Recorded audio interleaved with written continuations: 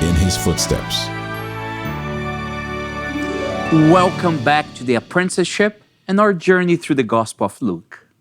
For the last 2 episodes, we have looked at Jesus' circumcision, his naming, and his presentation in the temple. We discovered that each of these seemingly mundane events were actually very, very meaningful. Today's touching story is filled with joy. That's right. It's the story of Anna. You can find it in Luke chapter 2, verses 36 to 38. Anna was also at the temple on the day that Joseph, Mary, and Jesus were there. By divine coordination, she walked by as Simeon spoke with the family. She immediately recognized who Jesus was. She praised God and then told everyone who would listen about Jesus. But before we go any further, let's have our son Christopher tell us this week's memory verse. She came just as Simeon was talking with Mary and Joseph, and she began praising God. She talked about the child to everyone who had been waiting expectantly for God to rescue Jerusalem.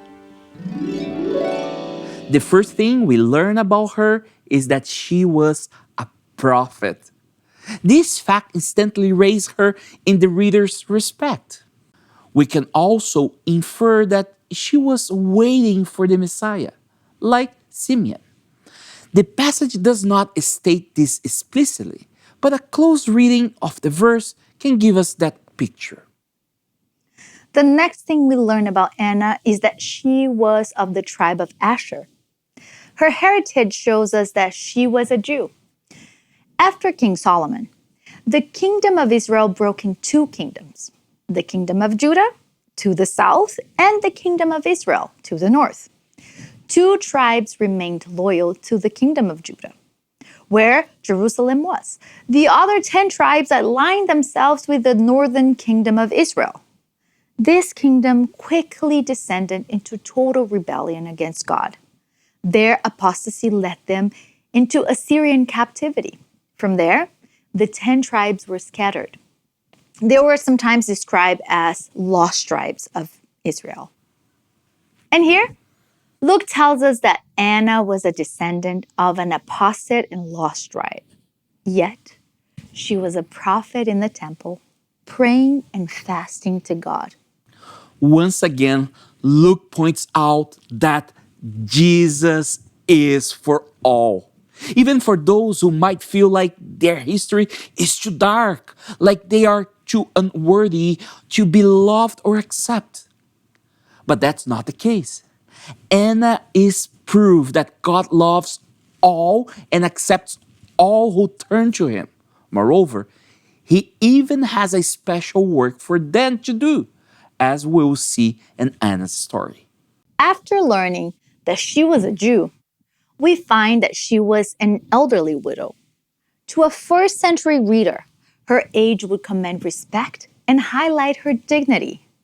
Her status as a widow was qualified by her constant presence in the temple and her devotion to serving God. Now that Luke has established Anna as reliable, what happens next? We see Anna joyful accept Jesus as the Messiah. She saw Jesus, quickly understood who he was, and immediately began praising God. Yes, she didn't stop with praise. She then went to tell everyone else who was expectantly waiting that the Messiah had indeed arrived. Through the stories of Simeon and Anna, Luke's telling us that reliable, respectful, and expectant people like Anna and Simeon saw Jesus, understood him, and accepted him.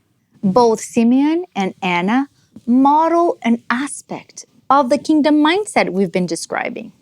They model expectancy. They expected with great hope and confidence that God will fulfill his promises. At this point, thousands of years have already gone by without the fulfillment of God's promised Messiah. And they are both very old. Yet, they didn't waver in their expectations. They patiently waited, despite what felt like a very long delay.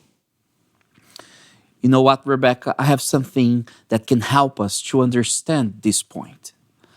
I have what in my hands? That is an advent calendar. It's for counting the days until Christmas, right? That's right. The Advent calendar represents something beautiful about expectancy. Each day we open a drawer. It's so fun, right? Yeah, and the kids usually love as well. We are filled with expectancy and anticipation. Anna's story teaches us that hopeful expectancy is not passive waiting. It is active. It is worship. It is sharing our hope with others. Just like opening each door of this Advent calendar. We can follow the example set by Simeon and Anna. We can hold on to our expectancy as we wait for Jesus' return. While we wait, we can remain confident that it will happen. And as we wait, we can, like Anna, eagerly share our expectation that Jesus will fulfill his promise to fully establish his kingdom. We can share our confidence in all his promises.